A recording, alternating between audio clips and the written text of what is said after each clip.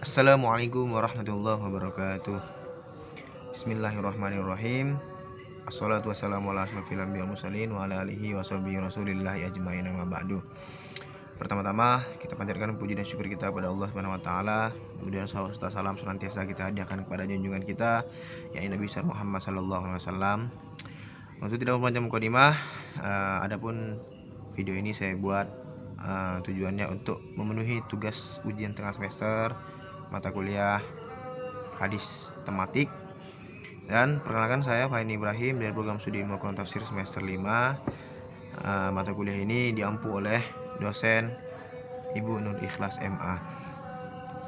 Tugasnya adalah membahas materi yang telah dipelajari selama semester ganjil ini, yaitu yang pertama ada kepemimpinan atau al-qiyadah.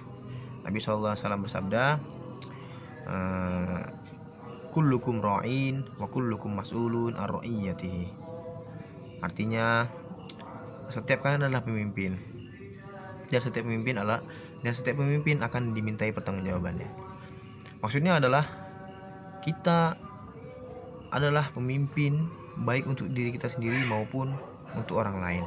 Maka setiap dari kita otomatis akan dimintai pertanggungjawabannya di akhirat kelak.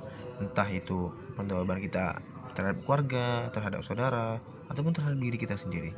Bagaimana kita menjaga mereka semua, termasuk menjaga kita diri sendiri, maka semua itu akan ada pertanggungjawabannya. Kemudian yang kedua, materinya adalah korupsi atau al-ghulul atau al-khiyanah fil amanah.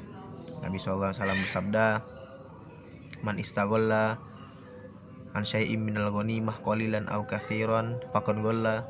Atau kama qala Nabi sallallahu alaihi wasallam, yang kurang lebih artinya barang siapa yang menggelapkan sesuatu atau sedikit ataupun banyak dari ghanimah, harta rampasan perang, maka ia telah melakukan korupsi. Kalau zaman sekarang mungkin tidak ada ghanimah atau harta rampasan perang, tapi harta-harta lain seperti uang yang dititipkan oleh orang ataupun uang rakyat dan sebagainya. Maka apabila kita menggelapkan sedikit atau banyak dari uang amanah itu, maka kita telah melakukan gulul ataupun korupsi. Kemudian pembahasan yang ketiga yaitu materinya tentang wanita di ruang publik atau al-mar'ah durul mar'ah fil majtama, yang artinya peran wanita di ruang publik. Nabi SAW bersabda, innaman nisa syaqaiqur rijal. Sesungguhnya wanita itulah saudara kandung laki-laki. Ini maksud saudara kandung laki-laki di sini adalah wanita itu setara dari segi kontribusinya sama laki-laki. Maka ia bisa menerapkan pekerjaan yang sesuai dengan syariat. Maka dikatakan saudara kandung itu tidak ada yang namanya standar ganda. Laki-laki dan perempuan itu sama. Yang penting sesuai dengan hukum dan syariat. Kemudian yang keempat ada silaturahmi. Nah, di sini kita sama-sama tahu silaturahmi sangat penting apabila kita sebagai umat muslim. Ada juga hadis yang Nabi SAW sabdakan, man ahabba ayyabsuta fi rizqihi wa yunsa'alahu fi atharihi falyasil rahimahu. Barang siapa yang ingin hartanya dilimpahkan, yang ingin umur yang dipanjangkan, maka sambunglah silaturahmi.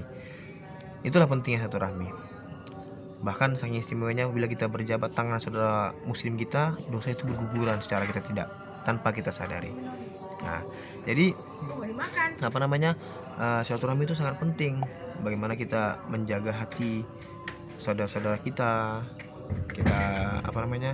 minta maaf bila kita berbuat kesalahan, bertegur sapa sama orang yang dikenal maupun tidak, dan banyak lagi cara-cara kita untuk menyambung tali silaturahmi itu.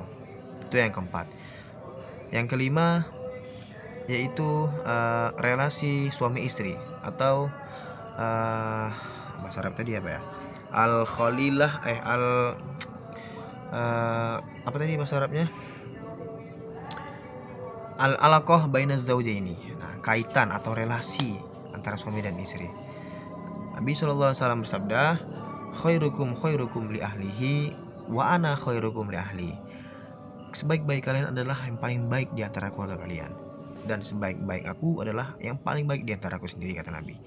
Maksudnya adalah selagi kita masih menjadi seorang anak, maka kita seharusnya bisa menjadi orang baik di dalam keluarga kita, terutama kepada orang tua.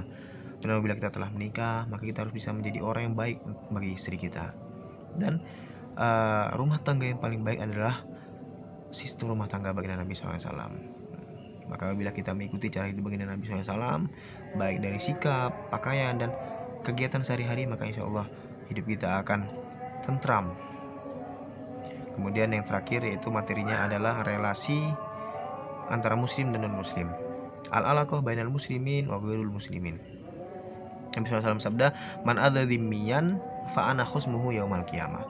Barang siapa yang menyakiti kafir dzimmi. Kafir dzimmi itu maksudnya adalah orang-orang kafir yang dilindungi. Seperti itu. Orang kafir contohnya seperti ini, orang kafir yang tinggal di komplek orang-orang muslim. Biasanya mereka itu membayar pajak keamanan karena mereka dilindungi di situ. Jadi tidak boleh sembarangan orang yang bisa menyakiti mereka, bahkan dari kaum mereka sendiri. Maka Nabi SAW tegaskan di sini, kalau kita memusuhi atau menyakiti kafir dzimmi, Nabi SAW sendiri yang akan menjadi musuhnya pada hari kiamat. Itu bagi umat muslim, apalagi orang-orang kafir, ya kan. Jadi seperti itu. Nah, mungkin itu saja yang dapat saya sampaikan dari beberapa hadis yang ada di dalam beberapa materi yang telah kami pelajari. Semoga bermanfaat. Mohon maaf apabila ada kesalahan. Saya tutup video ini dengan wabillahi taufiq wal hidayah. Assalamualaikum warahmatullahi wabarakatuh.